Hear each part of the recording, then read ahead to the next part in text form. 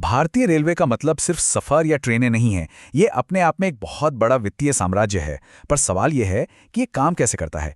तो आज हम इसी विशाल वित्तीय इंजन के अंदर झांककर उसकी कार्यप्रणाली को समझेंगे। चलिए शुरू करते हैं। हम देखेंगे कि ये वित्तीय इंजन आखिर है क्या, इसे कौन चलाता है, जब पैसों को लेकर कोई असहमति होती है तो क्या होता है, और आखिर में ये पूरी व्यवस्था इतनी मायने क्यों रखती है। सबसे पहले इस पूरी व्यवस्था की रीढ़ की हड्डी को समझना जरूरी है, और वो है लेखा विभाग। समझ लीजिए, सारा खेल यहीं से शुरू होता है। जरा सोचिए, एक ऐसा ऑर्गेनाइजेशन जो सच में पूरे देश को चलाता है, उसके पैसों का हिसाब किताब रखना कितना कितना मुश्किल काम होगा। ये अपने आप में एक बहुत बड़ी चुनौती है। और इस चुनौती का जवाब है लेखा विभाग। इसे एक बहुत ही शक्तिशाली इंजन की तरह देखा जा सकता है, जो पर्दे के पीछे रहकर पूरी रेलवे को रफ्तार देता है, उसे चलाता है। अब देखिए, इस विभाग का काम सिर्फ हिसाब किताब रखना नहीं है, इसके काम बहुत फैले हुए हैं। बजट बनाने से लेकर ये पक्का करने तक कि हर एक पैसा सही जगह खर्च हो। एक तरह से कहें तो ये एक वित्तीय पहरेदार की तरह काम करता है। तो आखिर वो कौन लोग हैं जो इस इतनी बड़ी फाइनेंशियल मशीन को चलाते हैं? चलिए अब इस विभाग के संगठन को थोड़ा और करीब से देखते हैं। इस पूरे सिस्टम के सबसे ऊपर होते हैं वित्तीय सलाहकार और मुख्य लेखा अधिकारी, यानी FA&CAO। हम इन्हें इस वित्तीय इंजन का चीफ इंजीनियर भी कह सकते हैं, जिनकी देखरेख में सब कुछ होता है। अब इस विभाग में मोटे तौर पर दो तरह के लोग होते हैं। एक तरफ हैं राजपत्रित अधिकारी, जो मैनेजमेंट और लीडरशिप का काम देखते हैं, और दूसरी तरफ हैं अराजपत्रित स्थापना, यानी वो सारे कर्मचारी जो रोजमर्रा के कामों को असल में करते हैं। और हाँ, ये काम सिर्फ ऑफिस की चार दीवारी में नहीं होता। एक आउटडोर स्टाफ की टीम भी है, जो फील्ड पर जाकर जमीन पर चीजों की जांच पड़ताल करती है, ताकि हर चीज 100% सही हो। अच्छा, जब इतना सारा पैसा और इतनी बड़ी जिम्मेदारी दांव पर लगी हो, तो तब क्या होता है जब पैसा खर्च करने वालों और उसका हिसाब रखने वालों के बीच असहमति हो जाए? यहाँ पर दो पक्षों की भूमिकाएं बिल्कुल साफ हैं।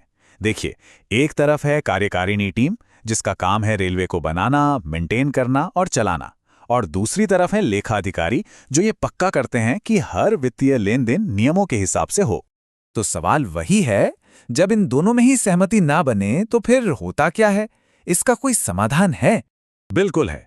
इसके लिए नियमों में एक बहुत साफ 2 स्टेप की प्रक्रिया बनी हुई है। अगर स्थानीय स्तर पर, यानी जनरल मैनेजर के लेवल पर बात नहीं सुलझती, तो मामला सीधे राष्ट्रीय रेलवे बोर्ड तक जाता है। ये एक बहुत ही जरूरी चेक एंड बैलेंस सिस्टम है। तो ठीक है, ये तो हो गई अंदर की बात, पर इन जांच करने वालों की भी जांच कौन करता है? कौन ये सुनिश्चित करता है कि पूरी प्रणाली जनता के प्रति जवाबदेह बनी रहे? इसका जवाब है सांविधिक लेखा परीक्षा या स्टैट्यूटरी ऑडिट। ये एक बाहरी जांच है जिसे भारत का सर्वोच्च ऑडिट प्राधिकरण यानी CAG करता है। और सबसे जरूरी बात, ये संस्था रेलवे से पूरी तरह स्वतंत्र है। इस ऑडिट का पहला मकसद तो बड़ा सीधा है। क्या सारे नंबर, सारे आंकड़े सही हैं? क्या हर पेमेंट के लिए पक्का सबूत यानी वाउचर मौजूद है? ये किसी भी कंपनी के एक सामान्य ऑडिट की तरह ही है। दूसरा मकसद ये देखना है कि जो पैसा जिस काम के लिए मंजूर हुआ था, क्या वो वहीं खर्च हुआ या कहीं और?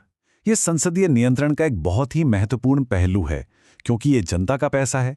और तीसरा, ये पुष्टि करना कि क्या सारे खर्च सही अधिकारी द्वारा मंजूर किए गए थे, क्या सभी तयशुदा नियमों और प्रक्रियाओं का पालन किया गया था, कुछ भी नियमों के बाहर तो नहीं हुआ।